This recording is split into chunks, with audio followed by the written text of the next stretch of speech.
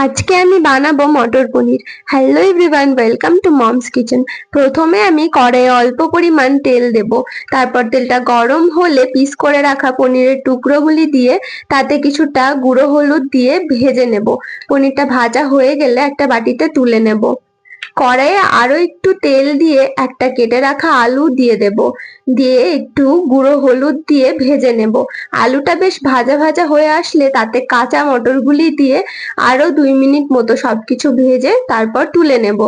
এবারে ওই তেলের মধ্যেই শুকনো লঙ্কা, তেজপাতা আর গোটা জিরে ফোড়নে দেব। কিছুক্ষণ নাড়াচাড়া করে তাতে পেস্ট করে রাখা মশলাটা দিয়ে দেব।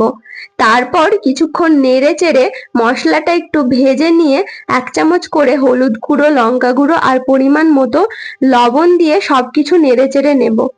এখানে মশলার জন্য আমি আদা, রসুন, কাঁচা লঙ্কা, পেঁয়াজ, জিরে আর টমেটো নিয়েছি। এবারে ঢাকা দিয়ে বেশ খানিকক্ষণ মতো সবকিছু কষিয়ে নিয়ে ভেজে রাখা আলু, মটর আর পনিরগুলি দিয়ে একটু কষিয়ে নেব। এবারে কষানো হয়ে গেলে তাতে পরিমাণ মতো জল দিয়ে দেব।